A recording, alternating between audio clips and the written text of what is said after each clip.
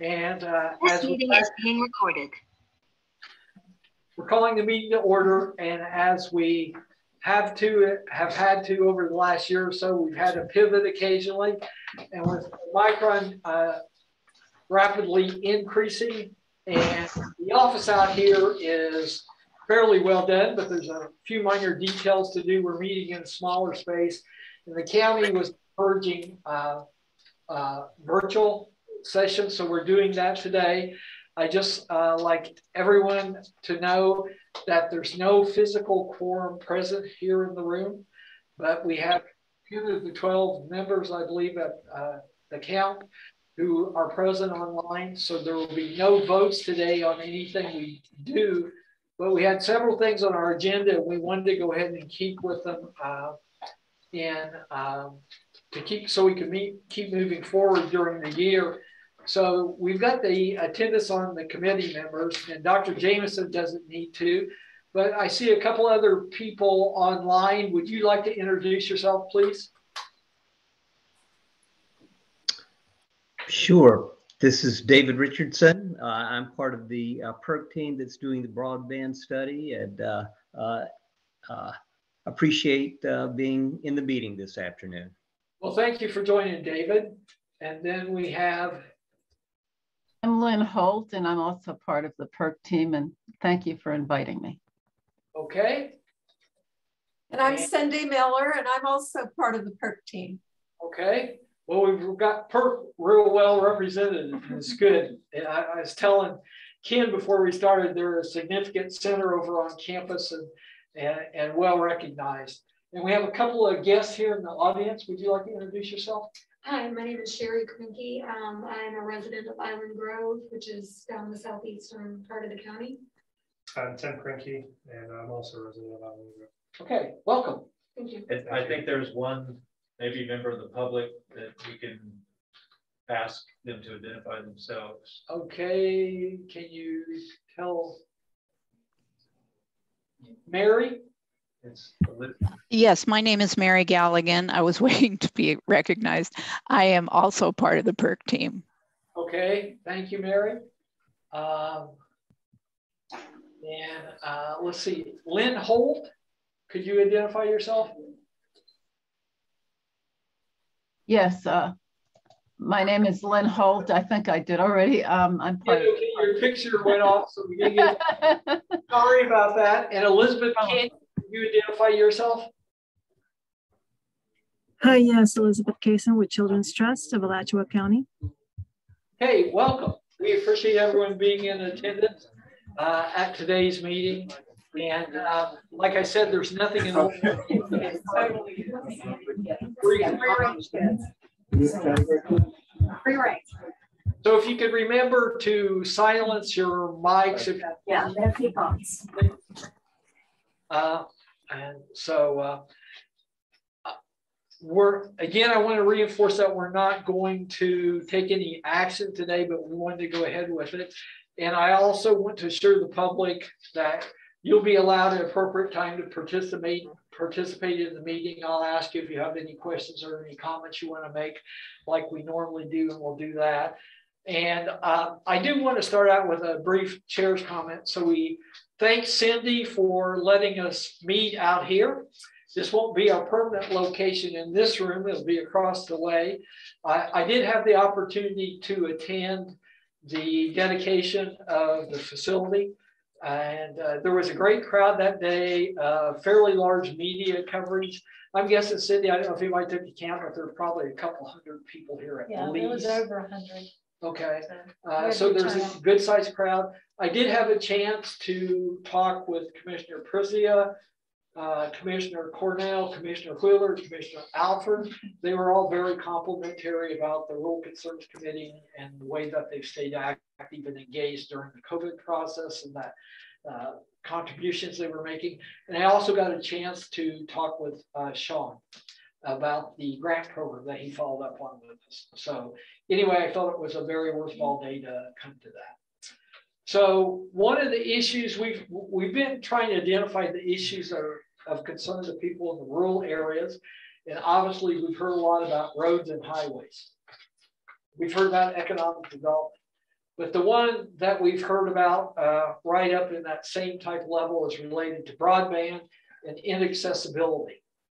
And it's interesting, and I don't know the whole story, but I do know that one of the commissioners told me that there's a group in the county that was asked to get together by Representative Kamek to sort of discuss this. So I know the Alachua County Commission was involved in some way. I know the school board was involved some way. I know the representative's office was involved in some way, but we haven't been able to dig deep enough in that to figure out exactly what's going on. And then with the pandemic lingering everything, this is becoming an issue again. So we wanted to get a better understanding as it relates to broadband, some of the issues. As we've heard, this isn't just a rural concern. This is a concern throughout the county. And there's areas on the east side of town, especially that have poor connectivity.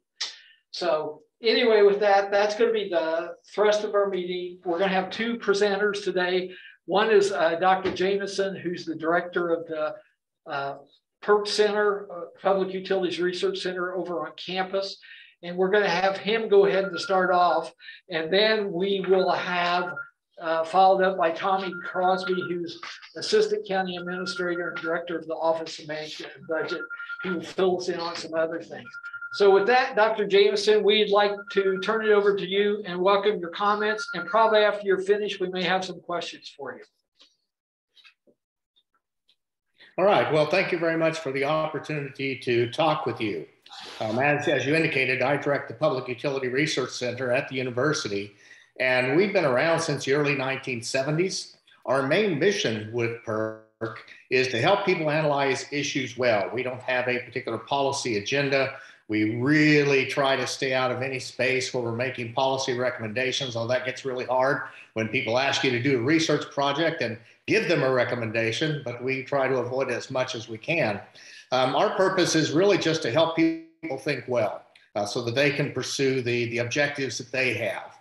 And appreciate the opportunity to talk with you. Several members of our research team are here. Basically, I have some slides I'll show you if you'll let me share my screen in just a moment. Sure. We've been asked by the state of Florida to help it write a broadband strategic plan.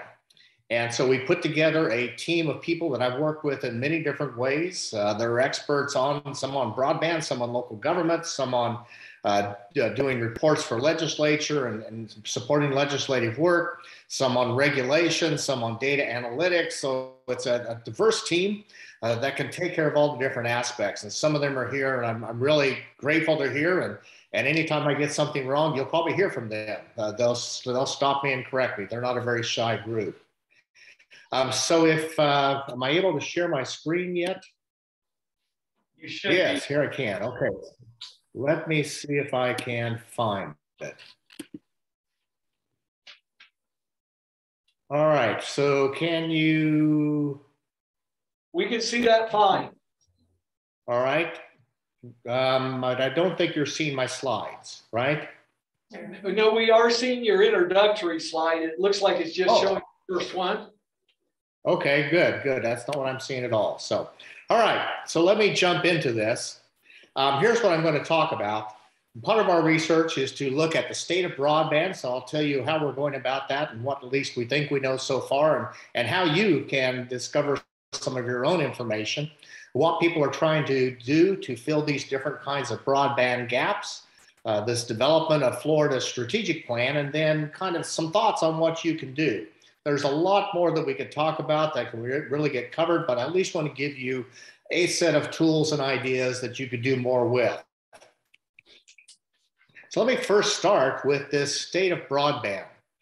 And this is a little bit old data right now. It stopped a few years ago, but I was at one time comparing Florida with some of its neighboring states.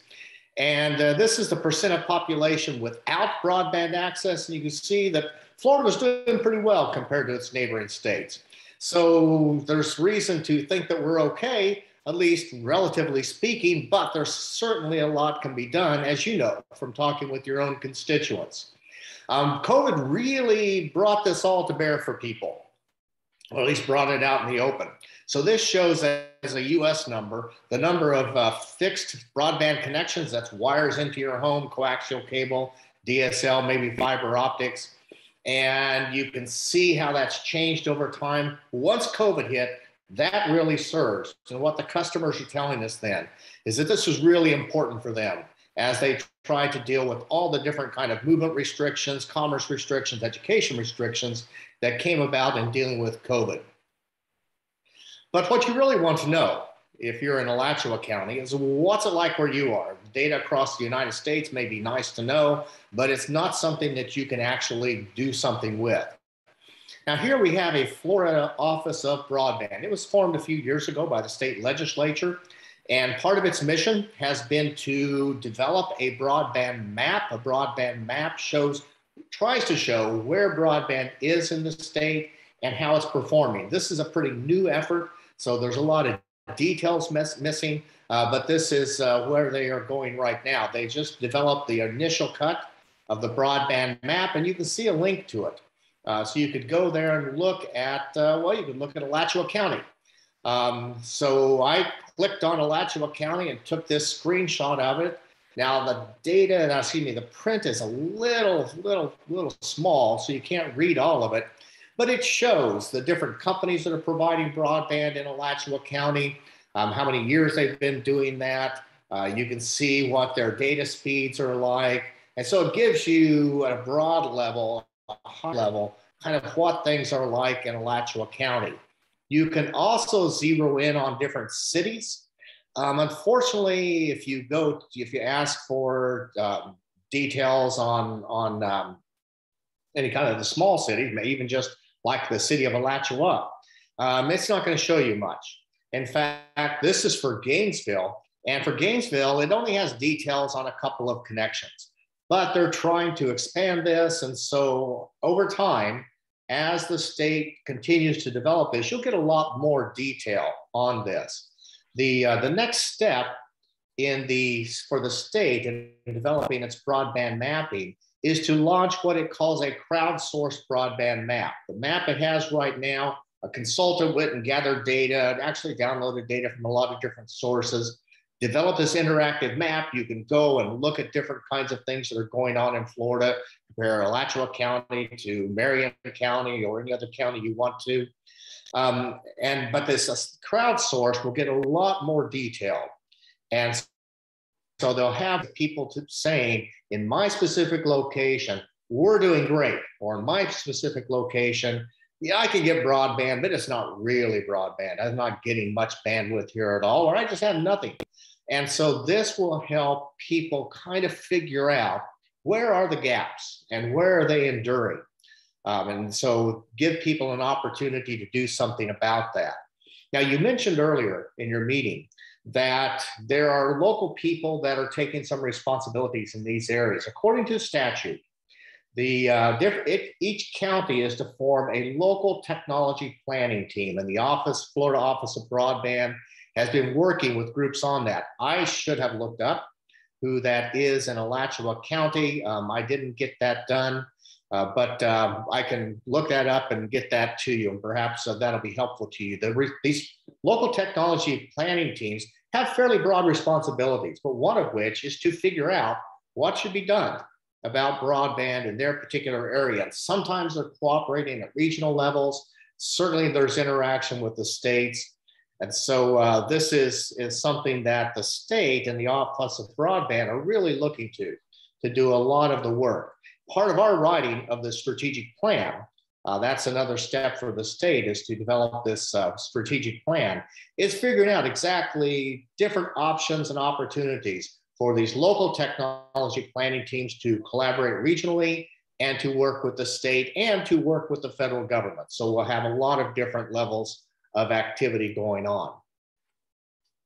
So what are people trying to do? Once they figure out they have a gap in broadband, it's just missing here or it's just not enough here, what are the kinds of things that they're doing?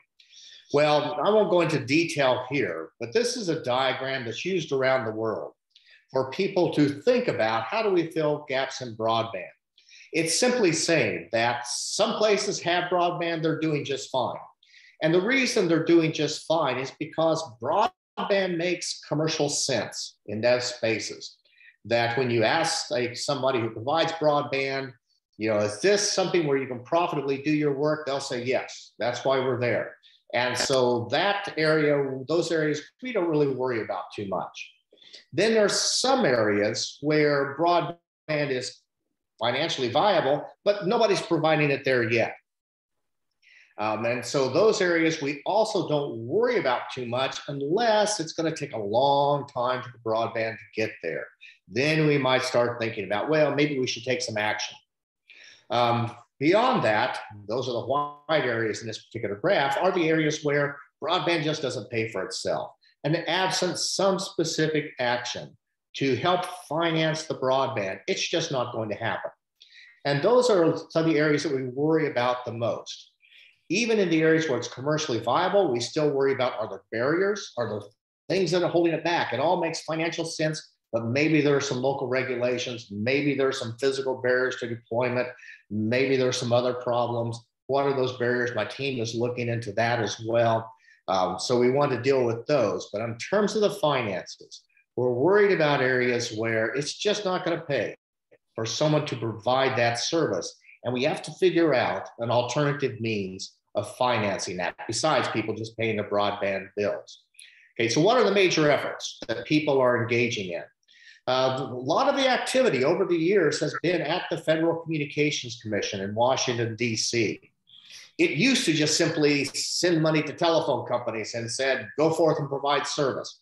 That was really expensive approach. I won't go into the reasons why it was done that way. There really weren't a lot of other options given the way that the telephone system worked at the time. It's really inadequate for broadband. So the FCC has developed a new method where it actually makes these broadband, these internet service providers, broadband providers compete for subsidies. So it'll do something that'll say, okay, this is an area where broadband is not available. It's not commercially viable to provide the broadband there. So we're willing to subsidize it. In fact, we're willing to subsidize it this much.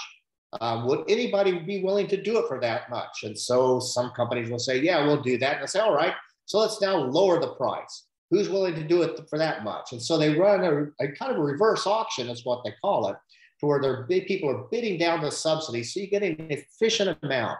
You don't have to provide more money than's really necessary. That is a new method developed by the FCC. It's been used around the world for a long time. We've just now brought it into the US, and it saves about 50 to 70% over what the FCC was paying people before to provide broadband service. So that is something I encourage people to take a serious look at, because you can get a lot more broadband for your buck if you really make people compete for those subsidies. There are some problems with what the FCC has done. It had a real tough time identifying exactly what the gaps are. That's everybody's problem, though. It's not unique to the FCC.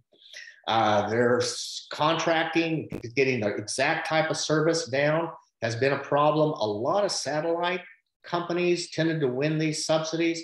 We're not real sure that that service is up to par. That's part of our research as well. At least people are complaining about it. So you want to be real careful, whether you use this system or any other system, to subsidize someone to provide broadband. We want to make sure that we're really careful about what we're buying and that people are held accountable for providing what they're paid to do. Another major effort that's going on right now is the infrastructure bill that was passed by Congress and signed into law back in November, I think it was. It's so many trillions of dollars on infrastructure. 65 billion of that was targeted towards broadband. Most of that, about a little over 42 billion, is going through the US Department of Commerce in the form of grants to states. The idea is to figure out where there is no broadband, that we call the unserved areas, and areas that have broadband, but it's just not good enough, too narrow of a bandwidth for all the things that people need to do. Can't really do distance learning very well, can't do telehealth very well. So that's underserved is what we call that. And I didn't write down the amount that Florida's got, is receiving in that. The newspapers have said it's around, I think, 400 million. but I could be wrong, so I didn't want to write that down. But that is coming to the state, and the state will be working on how does that get spent throughout the state to help these unserved and underserved areas. There's also about $14 billion for what they call an emergency broadband benefit.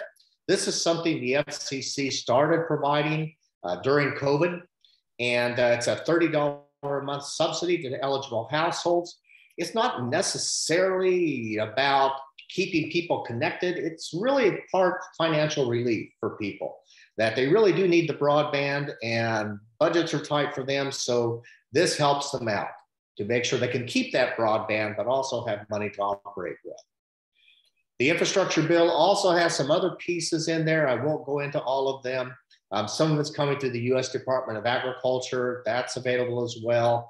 There are other opportunities for funding of broadband in other places. That's part of what we'll be writing up in our draft of the strategic plan. If the state, eventually does its own strategic plan, we're just providing what we think of as a good draft. Lynn Holt and Mary Galligan, who are on this, are digging into that issue over the next couple, 3 weeks, I think it is. Where can people go also for funding? So that's a big thing that the state is interested in, is trying to help people find funding. Once you know where a gap is, how do you get it paid for? Because it's not good enough to tell AT&T or someone else, go do it. If it doesn't pay, they can't, because their shareholders won't let them. And rightly so, it's somebody else's money. So we're looking at financing, and we need to find out where that can come from. So let's now take a look at what the state is doing in terms of a strategic plan. The approach is they asked us to help write it. And we put together a team of about 10 people with all different kinds of backgrounds. I've already discussed that. We have two major deliverables that we're giving to the state. One is a report on what is the status of broadband in Florida. That's to be completed by March 31st. We're not getting down to granular details. They really didn't want that. So we're giving at kind of a county level, what all do we know about broadband across the state of Florida? What do we know about all the subsidies that have been given for it? What do we know about school status, telehealth status, anything that we can find? We're giving that, and we're analyzing it to see what is the story that's emerging. Where are we finding that, where do we think there might be problems when something looks like an outlier, which means that maybe it needs some extra look. Our sense is that it'll eventually be a lot of the work of the local technology planning teams to identify exactly where the gaps are in this crowdsourcing. I think the local technology planning teams will be big in that crowdsourcing of finding those gaps. But we'll do what we can by that report. And then our final version of the strategic plan will be completed by May 1st. And let me describe just a little bit of what that we think that looks like at this point. This is still our thinking. The state hasn't said, yeah, that's exactly what we're going to do. They'll decide that later. A big part of this is the collaboration between the Office of Broadband and the local technology planning teams, and the collaboration between the teams, and working with broadband providers and everybody else. If you look at what the statutes say, it's looking at a lot of people being engaged and working together. The things that we're working on there is, how are you going to know where these broadband gaps are? And again, I've talked about that already. Where are you going to obtain funding? How are you going to design the competitions? Once you say, we need broadband here, as all of you know, you've managed your own finances, you've managed business finances, you understand that you make people compete for your money. And so we want to know, what are the really good ways of designing those competitions? How do we get that 50, 70% savings that the FCC experienced, or something comparable to that? And then how do we hold broadband providers accountable? We've had several instances over the years where the governments or government agencies or other entities have been involved in trying to provide financial support for broadband. And one of the problems that has been there over and over again is that once funding is provided, people aren't held accountable for actually delivering the product very well. So we want to emphasize that too. I'm going to skip this slide. This is some research on why it's important to have those that really competitive process. And I've got about 3 slides left. Okay, so what are the kinds of things that a local entity can do? One is leverage those state maps. The state has put a lot of effort into getting those available. They're going to keep expanding. Be involved in that. Make sure that they're all working for you. We've been real pleased with our engagements with the people in the Office of Broadband. They're really interested in doing a good job. They really want to work with people. So, you know, if you're not already involved with them, I would start talking with them and make sure that the things that they're doing really do work well for Alachua County. We're working with a group, and I'll show you its website on the next slide, called the Technology Policy Institute. They have an extensive database on broadband and how it performs and where the subsidies are and such as that. That's all freely available as well. And then they're just local resources. You're going out and doing your own work, figuring out that broadband is available here, but if you go down that road over there, it's not there. Very few people know that to that detail, except for the people who live there. And I really encourage people to be involved with that. Find out, once you know where the gaps are, find out, is there already money that's dedicated towards putting broadband there? The FCC is already putting billions of dollars out for broadband. You want to know. If you identify a gap, you want to know if somebody is already supposed to be providing broadband there in 2 or 3 years.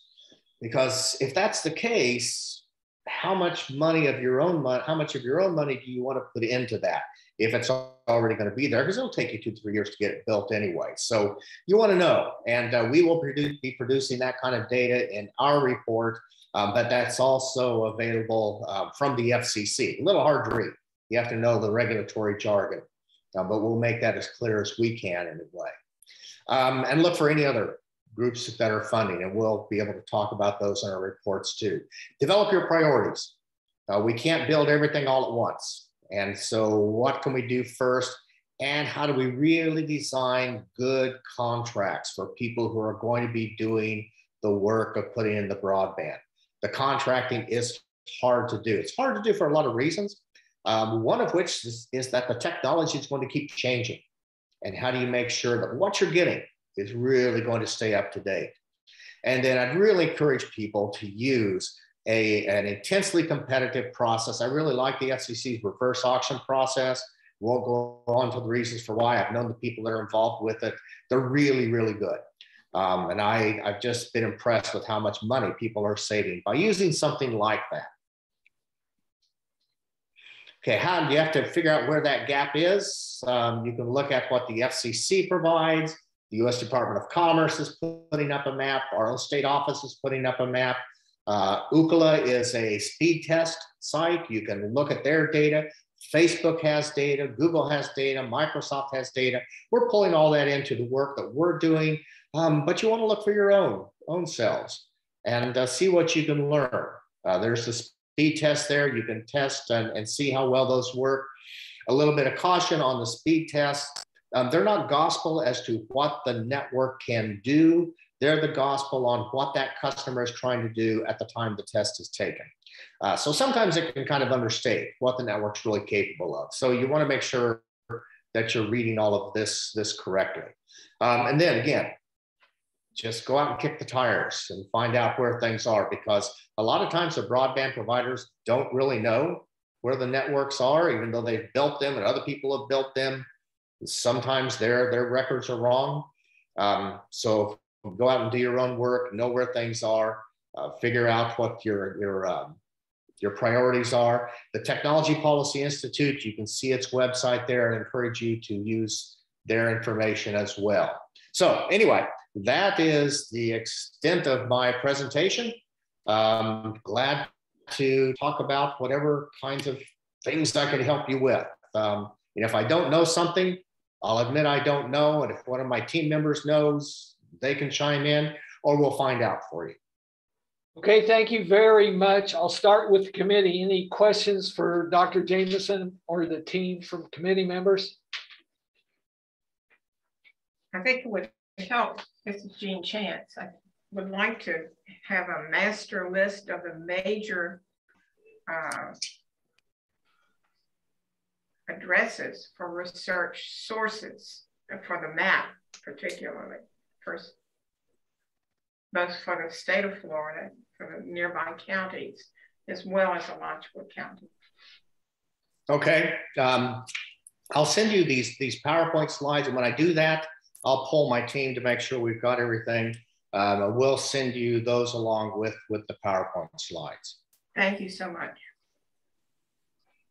Other questions? Cindy? I just had a question. You said on what we can do or the public can do. FCC is already funding a lot of programs, you said, in expansion. How do you know where those are going and what those programs are? Yeah, unfortunately, that information is available.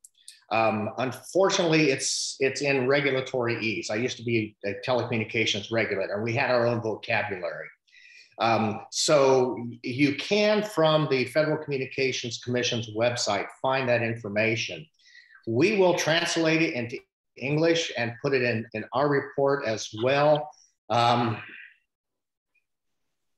Let's see, the state's broadband map has the FCC data as well, but not the subsidy amounts, just the broadband data. I think we're going to be the only ones with the subsidy information. So look for that in our report. And if you have questions, let us know. And we'll try to help make that easier to understand. Basically, the big problem is that you want to know information by county or township or something like that. The FCC deals with very large chunks when it designs a subsidy. And they don't follow county and city and such boundaries. They follow telephone company boundaries. So that's the real problem. We're going to be sorting that out and helping you figure where things are. Thank you. Other questions from members? So can you hear me guys online? Yes, Jordan, so go ahead. So could you guys talk, or Dr. Jameson, can you talk a little bit about barriers to sales? So AT&T and Cox tend to be competitive in rural areas in, say, Alachua County, AT&T and other distributors in, say, Levy County or farther out. But you'll call AT&T and they will say, well, we've already sold the number of allotments we can sell. And so even though they could provide service to a house, there seems to be regulations on the market that say they're not allowed any more sales.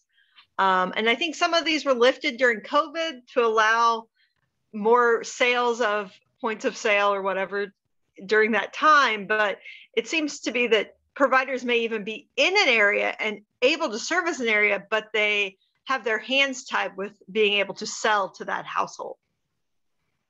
I have never heard that before. Really? Cindy, have you come across that, or Lynn or Mary? Matt. You were asking your team? Yeah, I'm asking my team. Yeah. Yes, Cindy Miller, have you come across that, or Lynn Holt or Mary Galligan? I'm wondering if you're referring to, can you hear me? Yeah. Yeah, I can hear you. I'm wondering if you're referring to broadband through one of these programs, because we've been told that if one place in an area has service, they're saying you don't qualify the rest of the houses in that area for that particular grant or whatever. So we have been hearing that. So the three examples I've come across of, two are AT&T, which is when I have tried to buy service in Levy County, we've called and they said, we can't sell. You can try calling back next week, but we are out of service positions to sell to you. You know, we've already got a line to your house, but we just can't sell you the access right now.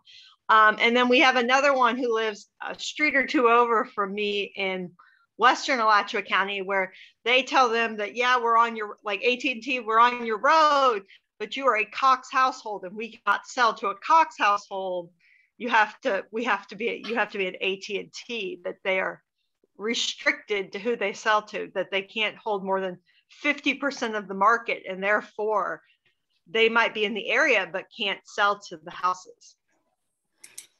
That sounds like confusion to me. There's no restrictions on a company being allowed to sell. The government doesn't stop the companies from selling broadband. To my knowledge, I've never come across that before. What they might be talking about is that they have bundled services together. And so if you want to buy broadband from AT&T, you might have to buy something else too. I don't know they really do that, but I've come across that before by some companies, that if you want to buy broadband from me, you have to also buy your voice service from me if you have a telephone line.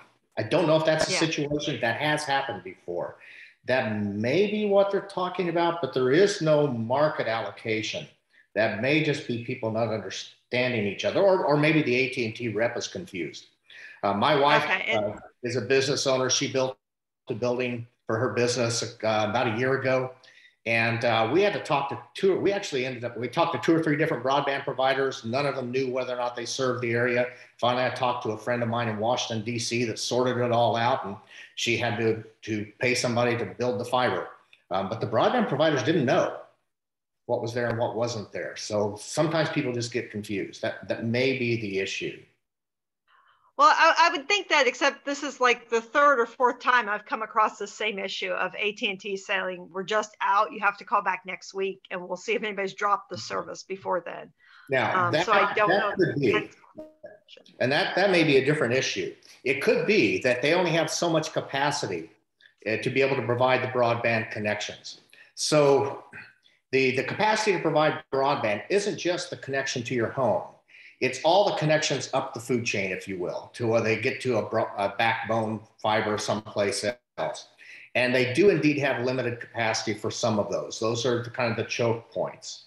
That eventually gets solved because they can add that capacity, but it takes time. They have their budgeting priorities, et cetera. That may be what they're talking about when they say, hey, somebody has to drop service before I can provide it to you, because they've got capacity back here in a junction in their fiber optic network to serve 50 homes in this area, and you're number 51. And so that could be what's happening. And does all the infrastructure plan take into account to help them build that up to allow more services? That's a lot more complicated. It can, yes, that can be done. And so you'll see there's a little bit allocated for what they call middle mile, which is basically that issue, having enough capacity for the internetworking, if you will, so that that becomes less of an issue.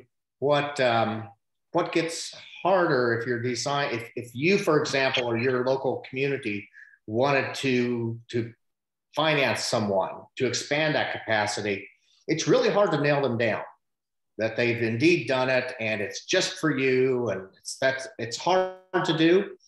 It has been done, but it's a little bit harder to do. It's easier to say build a line to my home because you know that line is there. It's a little bit harder to say add some circuit capacity up the road about 5 miles. Little bit harder to do, but can be done. Is done. Okay. Thank you. Other committee members, let me ask online. Have any questions? Yes, sir. I've got one. Okay, Krista Cumulus, you're recognized. Thank you, sir. I'm intrigued by this reverse auction concept, which makes a lot of sense. My question about it is, does the government or some sort of regulatory agency negotiate some minimum quality standards for this? In other words, you want to make sure you're getting a good product for the rural people. So can you talk about who decides what the quality looks like in that situation? Actually, you end up doing that. If you're the person or the entity, government entity, that is deciding, here's what we want, here's where we want it. Now let's have all of you people out there compete to provide it. You're the one who has to decide what those standards will be. The state may have some policies for that. I don't see that right now. but that could be the case. But you would have to decide that. And that's where it gets difficult. You know, my friends up at the Federal Communications Commission are really smart and they know this stuff really well. They've got some top-notch engineers and such, and they still kind of screwed that up. So you want to be really careful and say, here's exactly what I want. Yes, and I want this much bandwidth. I want this kind of reliability, what they call latency, which is about how long it takes for a signal to get from one place to another. There's different quality parameters that you'll want to insist upon. How often is the network up and down, et cetera. You'll want to set all of those and specify that when you have the competition for, you know, your financing that you're providing, and then know exactly how you're going to hold people accountable. Because, you know, once you give somebody money, their motivation to do exactly what you want just diminishes a little bit. So you have to figure out how you hold them accountable. That won't be easy. We can do it in lots of business contracts. And so we're actually working on that some ourselves for our report. You know, we're talking with Department of Transportation, other people who actually do this. And yeah, how do you get it done? Hello. Other committee members online have a question? I have a question about I'm James Longenecker. Hi. I have a question about the crowdsourcing component of like what kind of format it's going to take and who's going to host it. And then I'm also wondering if there's any effort to make these kind of things like latency and jargon that's associated with people just needing internet and wanting fast internet in a nutshell. Is there any effort to like have some sort of advocacy, like citizen self-advocacy packet for like demanding those services in kind of a specified way? Yeah. So let me start with where you ended. The State Office of Broadband has a toolkit that it's made available for different entities to use. It is on their website. Personally, I haven't reviewed it. I know Cindy has, and some of my students have, and everybody says it's really well done. So that would be an excellent resource for you. And I'm sorry, I've forgotten your first two questions. So repeat your first two questions, please. Absolutely. What format is the crowdsourcing component of this like network mapping going to take, and who's hosting that? Who's doing the work? Okay, so the State Office of Broadband is going to host the crowdsourcing. I don't know the formatting. They are currently working on that with the consultant that they've hired. So I don't know what that will look like, but it will be at their website is where the results will be stored and made available to the public. Thank you very much. Sure. So one last call for online questions from committee members. Okay, not seeing any. I just have a couple, Dr. Jameson. So I guess the first one, because of counties in Florida. I mean, Liberty County's got 8,000 people. Miami-Dade's got almost 3 million. Is the state plan going to suggest any minimum levels on upload and, you know, low-level satellite versus hardline cable? Is it a mini-max situation where we're trying to minimize the maximum dollars we spend, or are we maximizing for the minimum amount of? I mean, are you given any guidelines because of the difference in individualism of counties in the state? That's one of the purposes for having the local technology planning teams, is that you can do things that make sense for you. The state statute does indeed have standards in it. I don't know that it necessarily binds you, though, that you have to buy that. You can probably do something different, although you may struggle with getting funding from the state, because the state is anticipating developing its own funding that different local entities could tap into. I don't know what that will look like. Don't know if they'll really do it, but that is in their planning anyway. Our anticipation is that broadband will be different in different places. For most places, it'll all kind of look the same, but I suspect there'll be some situations where the emphasis will be on fiber optics. In others, it might be on 5th generation wireless. You all hear the advertising about 5G. That may suit some places better. I'm not saying that that will be true, but it wouldn't surprise me. Because there are some parts of our population where people just move around a lot. If you are a business owner or employee of a business that just, you've got to be out on the road, you've got to be doing stuff, and you've got to have broadband, all the fiber optics in the world does you no good. You're going to need that 5th generation wireless in all probability. Maybe the satellites can help you. I don't know. I'll wait for the research on that. So it's probably going to be a mixture of technologies that you'll have to sort through what makes the best sense for your situation.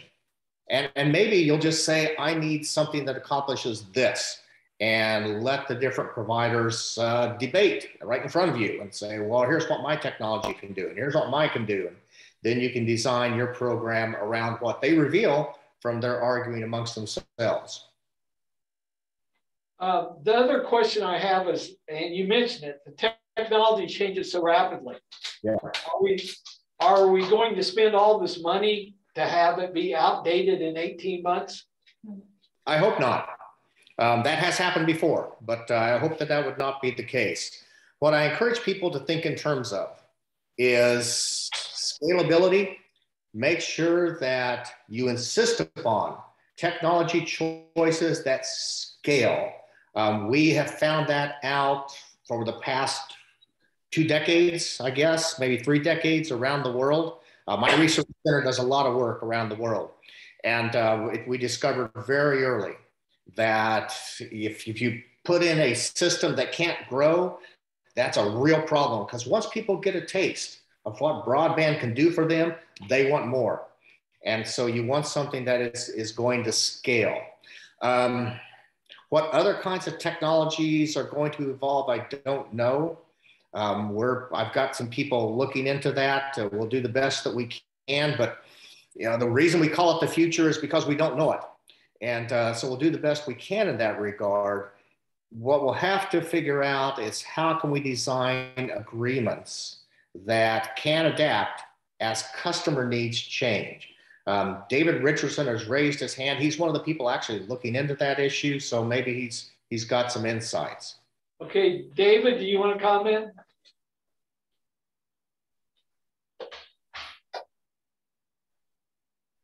David Richardson?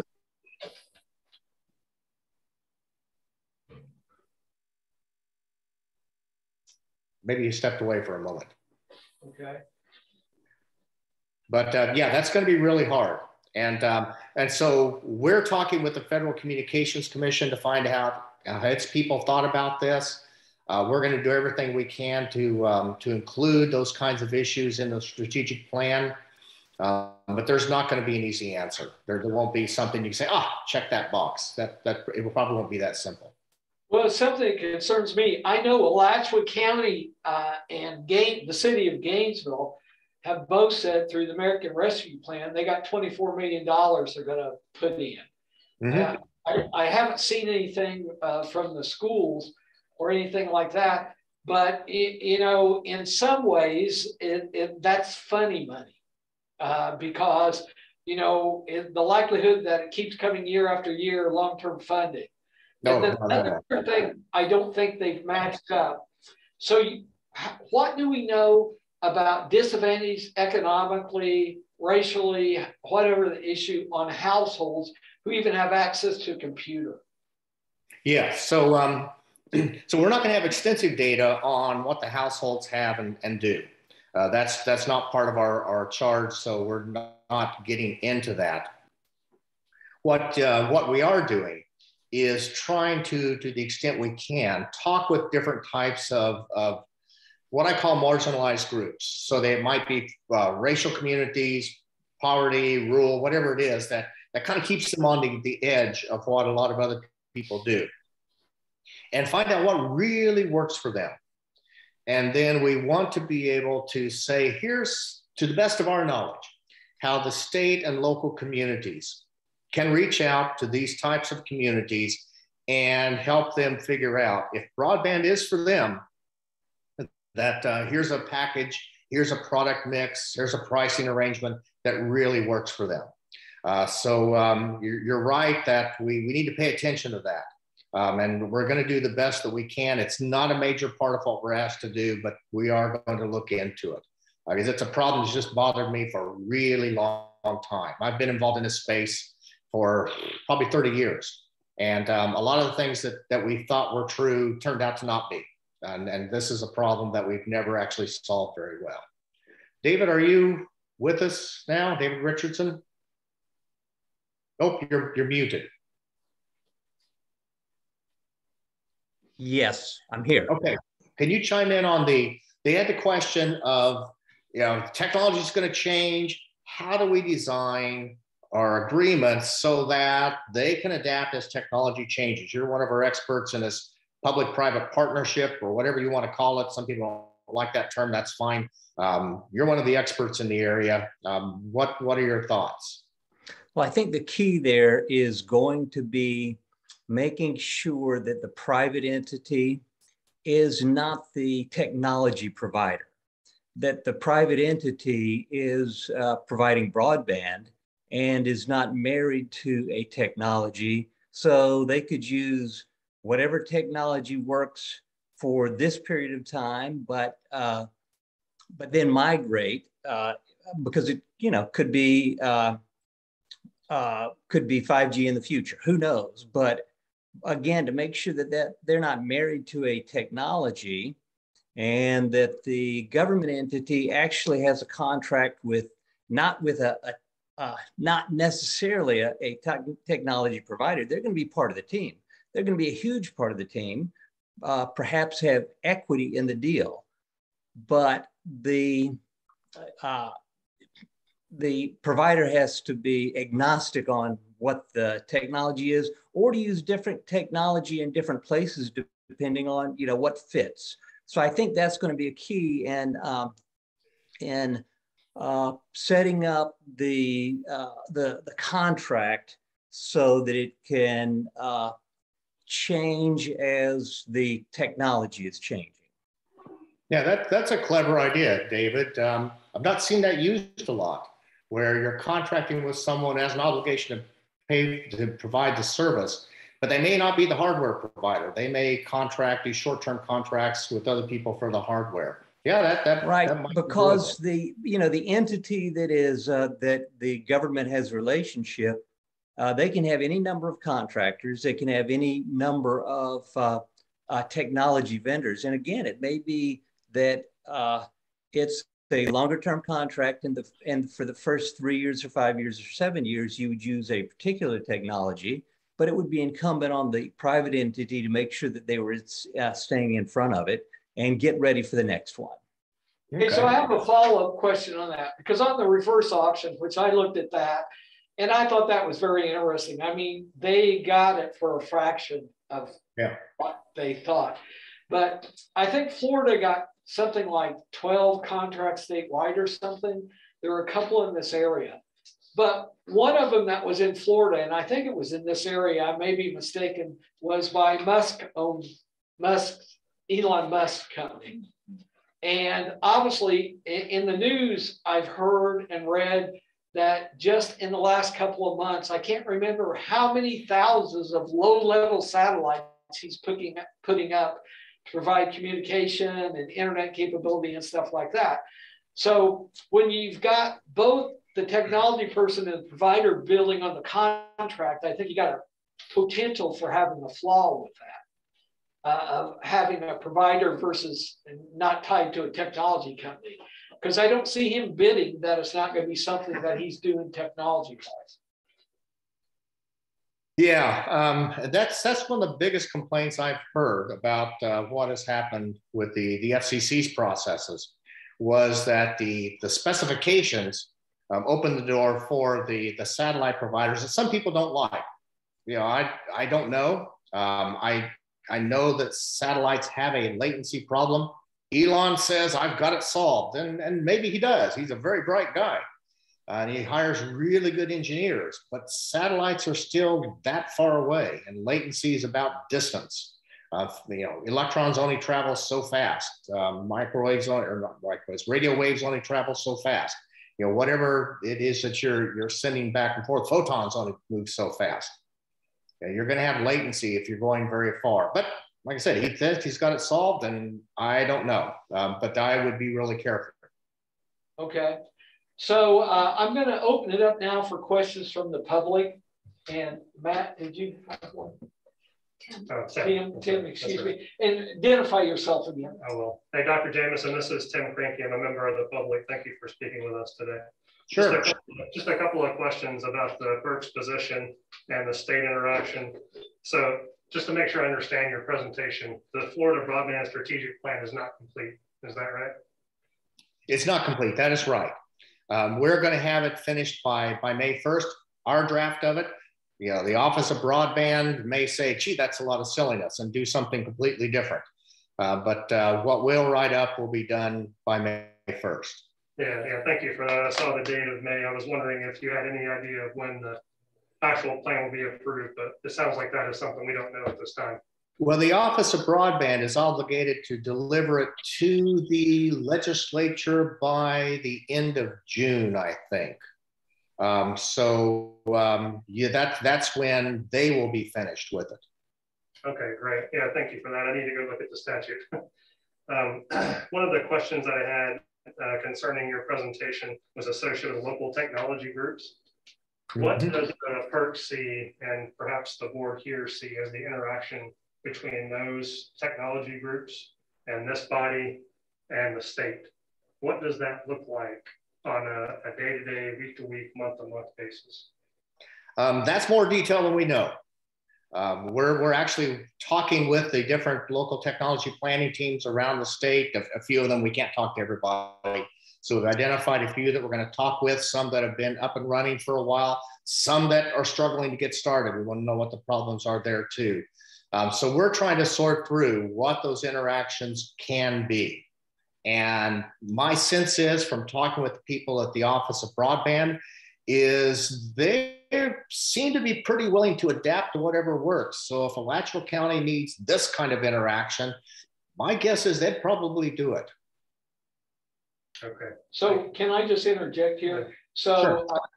I just happened to see in the Gainesville Senate, and it was about the time Cornell was leaving as chair of the Alachua County Commission, that they announced that there was going to be this local technical team. And I also know that the Florida Association of Counties has a 10-person select team of county commissioners throughout the state that's sort of providing information to the counties. But I have not heard anything that Alachua County's made any appointments to the technical team at all. So I guess, eventually we're going to probably want to follow up on that. And I think communication would be one part of that. Yeah, that was my, thank you for that. That was my concern, is one, qualifications of the members, two, I would say the communication between all these various groups, and then measuring the effectiveness of the effort. Well, Dr. Jameson can chime in on this. My concern personally is that you need the people who have the technology understanding. And I don't use this term derogatory, but you don't need a bunch of that team made up just computer nerds. That's right. Mm-hmm. And how you get the mix, and because you can't have a 65-member team either. You got to keep it within reason. Yeah. Things have to move sort of fast, and I don't think we've got that information yet at the county level. Yeah, my impression is, from talking with the Office of Broadband, is they don't have tight specifications on who's supposed to be on the team. The definitions I've seen are very broad: school representatives, local government representatives, a lot of different types. I do think it falls upon local leadership. You're the ones that know. Here's how big a team can be.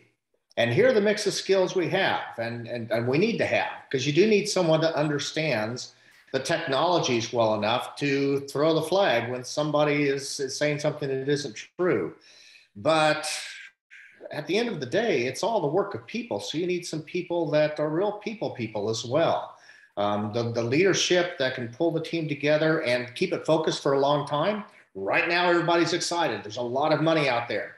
Is still going to be that excited 3 years from now, or 4 years from now, or 5 years from now. Sometimes enthusiasm fades with time. So how is leadership going to keep people engaged over time? And who's going to be able to handle all the detailed work of making sure that we know exactly how that crowdsourced map is, what it's telling us, and how we make plans accordingly, and how, once all the headlines are over with, how we hold people accountable for the things that they have done. That's a lot of detail work. And then it's, who can really communicate well with the public. That's probably a different skill set. So it's going to be a mix of people, the ability to build that team and to communicate well with the public, and the political players and the broadband providers and such is going to be important. You're exactly right on that. And no easy answer. It's just going to be a real good people skill set. Could I ask a question relative to the local technology planning teams? Are you asking me? The chair. Sure, go ahead and ask. Okay. I've talked to several stakeholders in Alachua County, none of which are aware of a local technology planning team. And as a matter of fact, one individual indicated that there's not one for Alachua County. So I'd like to throw it out to everybody on the call. Is anybody aware of a local technology planning team existing in Alachua County?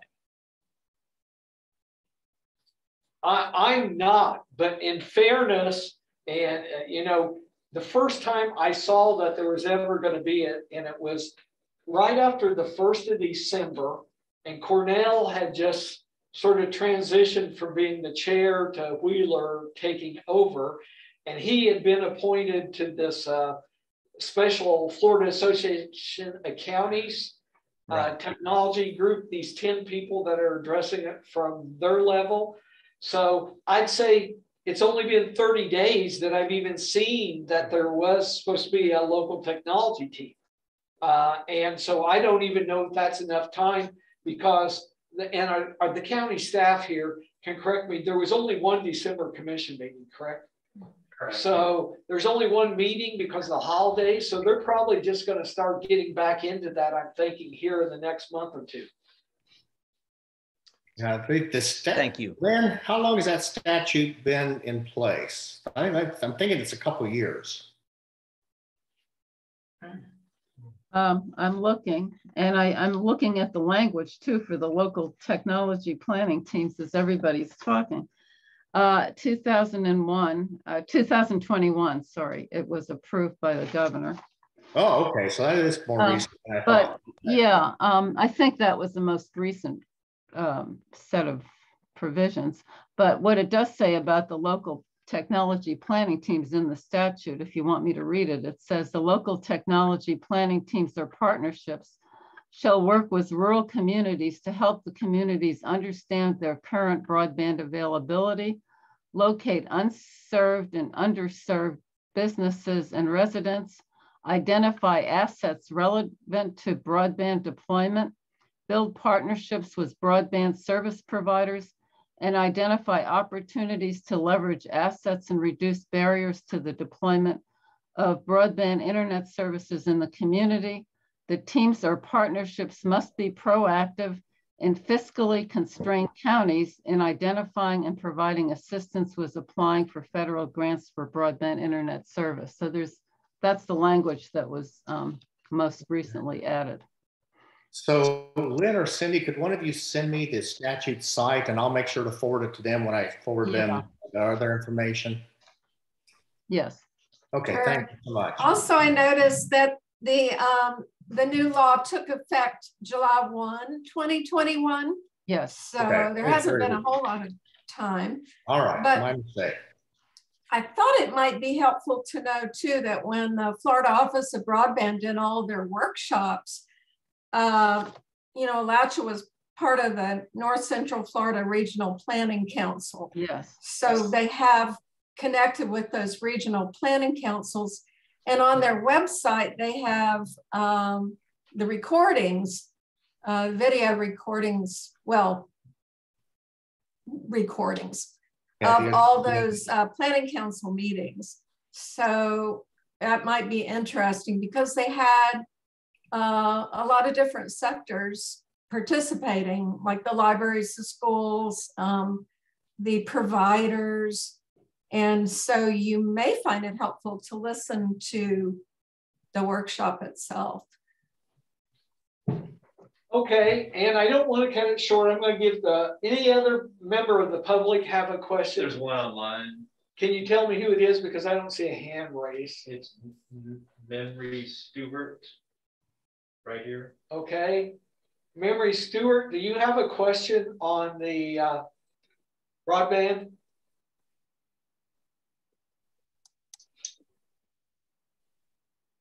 Memory Stewart.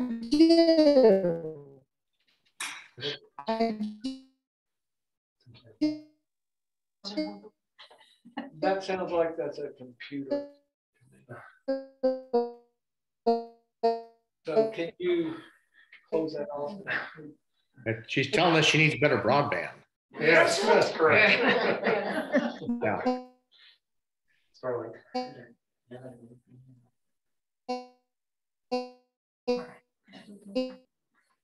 Oh, I'm so sorry. Yeah, and guess what it was. Memory was the first name. Yeah. There's another one, Mr. Chair. Heather Surency. Okay, Heather Surency, do you have a question? Yes, and actually, can you hear me okay? We can. Okay, great. Well, I know Memory Stewart, and she is out in Hawthorne area, and I know that it is very much a huge problem out here, especially for our kids that are having to take school online, college online. But we have fiber running out here, but it's territorial rights. And then whenever you get to AT&T that was spoken of earlier, I'm also a realtor. So I've had people that sold their home that had AT&T, and then the new buyer tries to get on there. They're like, no, I'm sorry, we're not writing service for you anymore, or in this location.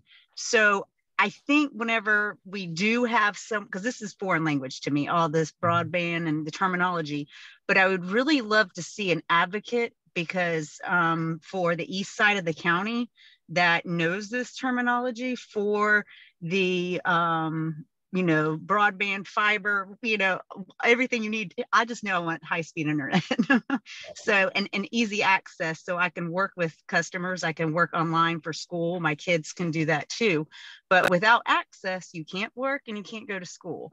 So, and then we continue to have a poverty problem. So with that being said, if we could have an advocate that is well reversed in this, I would love to see someone, even if it is for each municipality, I would love to see someone instead of the west side getting all the attention. So yes, it's not so much, so I appreciate that. Yes, and all I would tell you is that decision who's on that local planning team is up to the Board of County Commissioners. So you need to make sure and translate your concerns and your feelings about the representation to the board. And I would personally do it through the chair right now, who is Commissioner Wheeler, but you should also make sure you carbon copy appropriate staff. And so you need to make sure the administrator, manager, Michelle Lieberman, is copied on that. And our next speaker we're going to have is actually from the county. And I don't know if it'd be appropriate that he be copied on it as well. But you need to know your concerns about the appointment of the people who make up that local technical planning team. That's great. Thank you for sharing that. Okay. If there's no other questions, we really do sort of need to move on. I want to thank Dr. Jameson and all the folks on there. I can tell you as a longtime UF faculty member that the center is well recognized and do a lot of high-level studies for the state. It's very critical on it, and we appreciate the time you've given us today. We'll look forward to your PowerPoint presentations and any other information you want to send along to us. Okay, all right, yeah, so I'll send that to you. I've got a couple of to-dos. My team will pull it all together and we'll get it to you. So thank you for listening to us. Thank you for what you've told us. It helps us provide better direction in the work that we're doing. So I'm going to sign off. I've got to run and do other things, but thank you again. And just stay in touch if there's anything else we can do. Okay, we will. Thank all of you. Thanks. Bye-bye. Bye. So, Ken, I don't think I'm seeing the whole picture on who all is on there. So is Tommy already? We don't have Tommy Crosby. He couldn't make it. Oh, he couldn't make it. We don't know. He said he would be here, but oh, he was planning to attend in person? No, by Zoom. Oh, by Zoom. But he didn't. So okay. Okay. So unfortunately, I'm going to need to take a short restroom break. I've been drinking my coffee, especially as you're doing. So Larry Hall, can you hear me?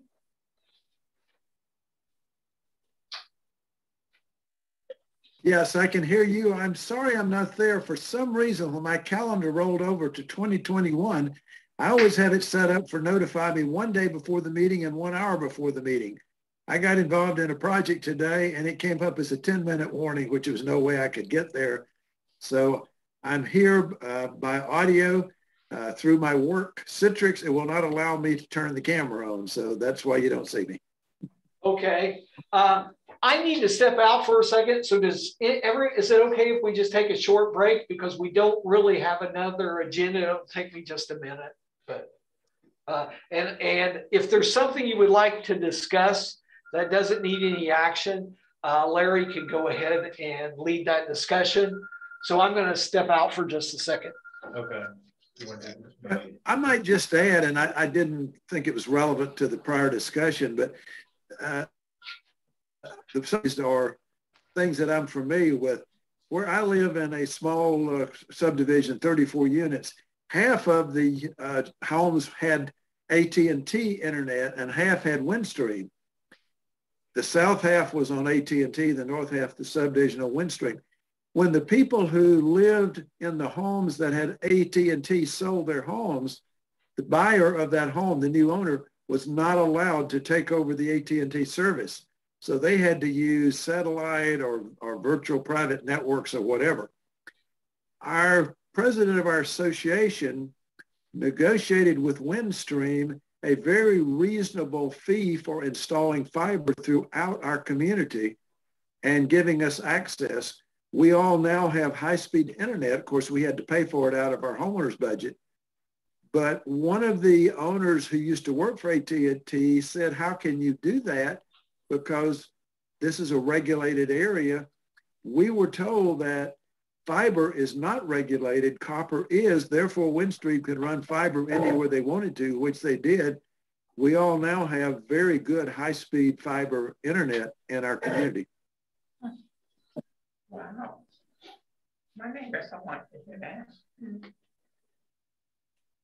I do think that's an interesting add-on point to the fact that we seem to hear a lot of AT&T is not regulated, but then when it comes down to anybody calling in, we get told we can't be sold. So I do think having somebody well-versed in this and telling us, well, they can sell, but it's a data limiting problem or it's a territorial problem, because I've heard multiple different reasons on why they can and cannot come into areas. And, you know, I feel like I've tried to look into this pretty well and I'm still learning every time something new comes up. But trying to figure out all the ins and outs of it, even just within our county, let alone the regulations for the state. I think one of the reasons that AT&T wanted to get out of our area is they only had a very few number of people on their internet service via copper, and they just didn't want to maintain it. So when they sold the house to the new owner, they said, tough luck. Hey, you know, you're on your own. Anyone else have any comments? Yeah, Larry, I think one of our members of the public has something they'd like to add. I do. My name is Sherry. I live in Island Grove. I'm just going to add on to this. internet out there in Island Grove used to be DSL through AT&T. It was quite reliable. You know, you could stream and, you know, video chat and things like that. And because they no longer want to maintain that equipment, AT&T, once somebody comes off of it, they're not putting anybody else on it. And they're telling you, we'll get on fixed wireless, get on fixed wireless. So that's what I did. And this man walked around my yard for an hour and a half, small piece of land. We are less than 2 miles due north of this tower, and he couldn't get me on the tower. And they tried to tell me, well, that just stinks for you, but I persisted and filed FCC complaints and things of that nature. But like they tell you, we're not going to take care of this. And then here's this other alternative. You attempt to take that alternative, and then it's like, oh, shucks. You move out to these places because you think you're going to have access to reliable internet service. It's 2022. It's so incredibly frustrating. We've had a tech out every other month for the last year, trying to get us on a tower that I can see from my front yard. And then one of the techs will tell us, well, the antenna that you log on to is full. And then somebody else will tell us, what was the other thing? Like they run all of these diagnostics, and then one says it's here, one says it's there. Like Dr. Jameson was saying, I do think that there is a high degree of confusion among the reps, possibly also the techs, but they brought this service out, we depend on it, and now they're like, eh. And then you have alternatives like HughesNet, which is not a sustainable alternative at all for anybody. And this is just a huge, and this is just my anecdotal experience, but it's almost everybody's experience in this little town. So I know that people in rural areas in Alachua, Street, rural Hawthorne, same thing. You know, it just, we can't live like this. We're one of the folks that pre-ordered Starlink, and so we're waiting for the Elon Musk company. So we're waiting for ours. They have mostly solved the latency issues, and it's consistent, which is what my wife was alluding to. It's not like the fixed wireless where constantly dropping the tower. I might be in the middle of a work call or you know, schoolwork or something, and you're done.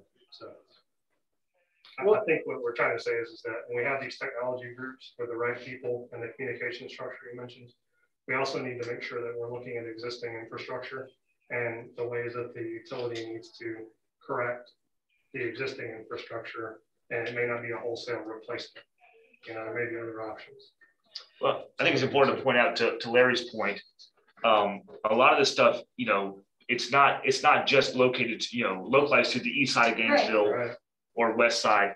You know, I live just north of town. Cox Cable is 2 miles. I mean, they have fiber 2 miles from our home. It's like, well, yeah, I'm willing to pay you guys to run the fiber, you know, east and west down 156th Avenue, which is County Road 340, and run it to the Gainesville Raceway. They have it run from Gainesville down 231 all the way to the city of La Crosse. And I'm somewhere in the middle. You know, we did the same thing when we paid the deposit for Starlink, and you know, we're stuck with Windstream. Every time it rains, no internet. Now, fortunately, we don't have to rely on broadband like a lot of other people do for a living or for education. So, you know, the need for the broadband is definitely there, but it's not localized to just East Gainesville or where I'm at. It's really, you know, it's widespread in Alachua County. Certainly. Well, and the entire state. Oh yeah, and throughout the state, yes, it's right. Not only the state, it's throughout the country.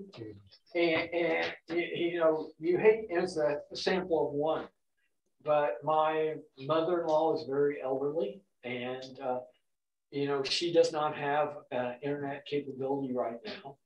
And one of the reasons she doesn't is she doesn't want to pay the cost. The second reason, she goes, there's no way I'm going to pay $800 to upgrade my computer. Okay, that's why I asked Jameson that question, because I think there's a bigger issue than just the access to the internet. Absolutely. It's the equipment in the home and the lack of knowledge by the people in general and stuff like that. But we're sort of that point we're transitioning in the next one, because we're going to talk about some of the things that we wanted to talk about. I'm not sure. I guess I'm interested in your opinion, because we can't vote on anything today. But do you think this broadband issue is still something that could carry over a little bit to the next one. We might add something new, like ask Commissioner Wheeler as chair if she could enlighten us on this local area planning team and what the representatives are, or have they thought about it, like that. That could be one thing we could follow up on that I was thinking. And by then we'll have the stuff from the PERC group, so we can see if there's anything else in there that we would like to raise with them on that. Yeah. So I guess without taking a vote, I'm not hearing any objections, so maybe we should carry that over and ask Commissioner Wheeler as chair of the commission if she could maybe address the committee on these local technology planning. Ben or Ken? Wait, Chair, I do know, I think Commissioner Alford is, she's the county, appointed her the champion for. Yeah, she's the county champion for Alachua County. Yeah, so you mentioned Chair Wheeler, but Commissioner Alford might also be. Well, and that'd be fine. We've had Commissioner Alford a couple times here recently, so sometimes it's good to get a little different perspective. And I don't have any problem if both of them would want to join us, but I'm assuming that's going to be an appointment by the commission. I'm assuming there may be an app. I just don't know. I just happened to catch it in the Gainesville Sun that they were going to have this, and saw that Ken had been appointed to the statewide group, and then when they were doing that transition, so you know it's probably just caught up. But I think we need to get enlightened on that in case we want to follow up any further. If nothing else, address the issue about communications. And then since we last met, the other issue that's come up that has been a little bit urgent, but it's been dealing with what we had talked about previously. And it goes all the way back to the conversation we had with on Springs County when they came in and talked to us, is this new proposal by Representative Clemens on the redistricting that would be put to a vote of the citizens. And I didn't know if there was any interest in finding out exactly. I haven't even looked at that local bill. I don't even know if he's even filed it yet. It's in file. It is. Okay. It's House Bill 1493. It was filed last week, I believe. And that's going to go to a 7-member commission, correct? From 5 to 7. And 2 will be representing rural areas. And then 5 single districts will be 5 districts. Single member districts and 2 at large. 2 at large, okay. So that means 2 of the 5. So it means 2 out of 7. And there are counties in Florida that have 7-member commissions, a lot larger than that. A lot of times on those local bills, if you're familiar with the way the legislature works, if there's no objection from the local legislative delegation, it's just automatically sort of passed. And that then would require a vote, I think, is it in the next election? November. So it would be November election, which means there would be a lot of education that would need to go on. So I didn't know if we wanted to try to maybe follow up on that and have those as our 2 agenda items for the next meeting. Not that we're limited to 2, but it seems like we always get in detailed discussions and have more in-depth presentations. And I don't want to cut out Mr. Crosby if he has something he wants to add to that. So we can reach back out. Yeah. So does anybody else have any other suggestions for the next meeting? Cindy, could you give us an idea on when, and I know it's just the best guess, when do they tell you the other room is going to be finished? Oh, it's finished. Yeah, I mean the sound. Oh, they cannot give me a date. There's still stuff back ordered. It's like that's the top to our cable that goes here. Wondering about that. The base Thank you. Base is still on back order, so they can't even give me a date on when all of our IT stuff will be in. But this works fine over there against on the wall. If we had a large group and we needed to meet over there. How you doing today? It's because I have a meeting In fact, I have a meeting at 6 o'clock tonight over there, so it's usable. I mean, when this is staff doing our test, we had the experience of sound, you know, the reverb issue in there. Mm-hmm. It seemed like we weren't sure that it would be feasible to use it. I had 120 people in there on Saturday on Zoom. And like I said, you have to mute everybody and one person speak and the sound is fine. But if you've got 10 people talking at once, they're supposed to have the soundboards in over there by March, they're telling me. Okay, because our next meeting is still scheduled out here. Yeah. Yes. So in February, we would be meeting out here. The thing I'm thinking is that if this current surge is over and there's not a new variant, we may have more people. We've had some public participation as well. And so this room gets fairly crowded fairly fast. It's not real big. And I think we probably should plan on trying to meet in the other room. Do you think that's a feasible option for us to go in there? Yeah, it's just, like I said, it's Zoom. I mean, you got to mute everybody and just have one at a time. And then you will get some feedback a little bit, but I mean, echoing.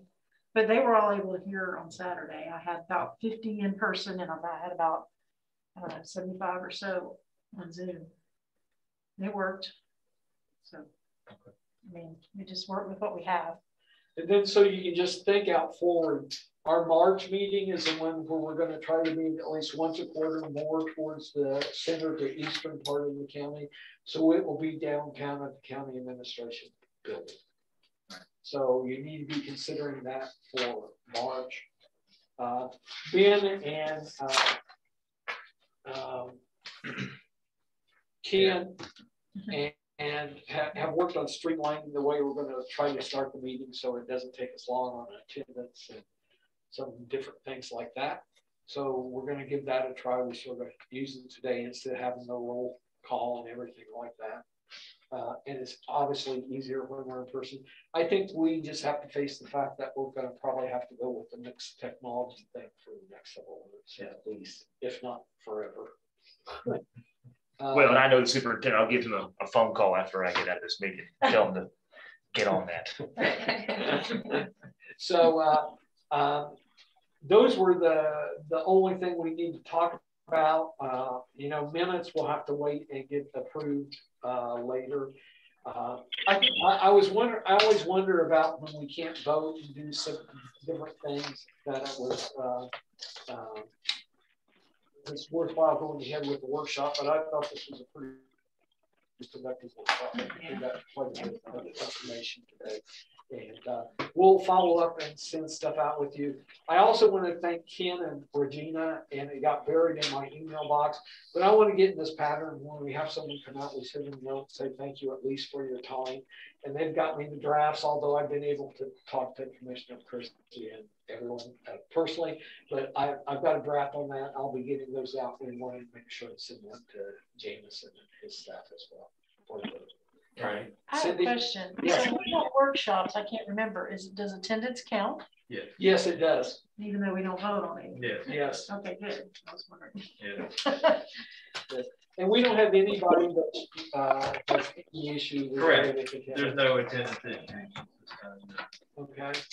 I just want to give the committee members online one last chance. So if you raise your hand, sometimes I'm seeing it on Ken's screen. I didn't log into Zoom today, so I'm not seeing it as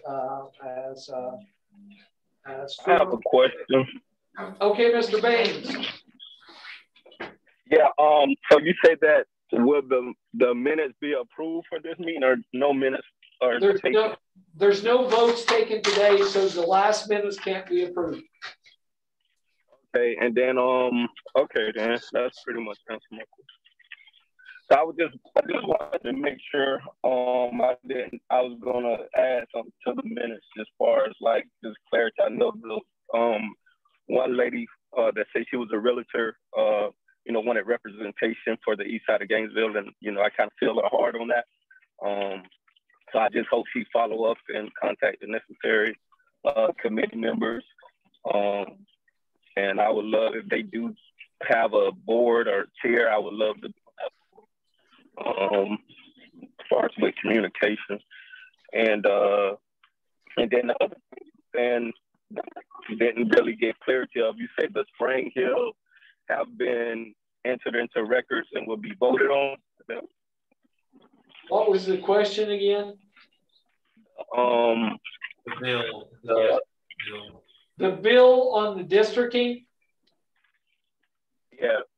Yes, according to Ben, it's been filed, and Kim, it's been filed. So that will be up there, and it's a local, it falls under the category of a local bill. So it may be assigned to committee. There's probably gonna not be much discussion. Generally what happens, if there's no objectives from the local representatives at the state level, then they typically pass. So I'm assuming, and I haven't heard anybody that's been complaining about it yet. I know some people have complained, but I haven't heard any of the other representatives that's been complaining about it. So we're talking about Clemens, Henson, and Keith Parrott. As long as those three don't object, they typically go through the legislature. Yes, Jean? Just for Mr. Banks, the realtor from or real estate rep who spoke was Heather Surrency. Say that again. Heather Surrency from she's on the. And I'll be sure to follow up with those representatives. And I thank you. Yes. Absolutely. And I'll try to reach out to you as well, Miss Heather, and just, communicate with you. That would be great. If I can. Yes. Okay. So let me just look real quick. Jordan, Callahan, you got anything else you want to add? Or nope, I think I'm good for now. Thank you guys for a great discussion today. oh, okay. Chris the Cumulus, you have anything else you want to add?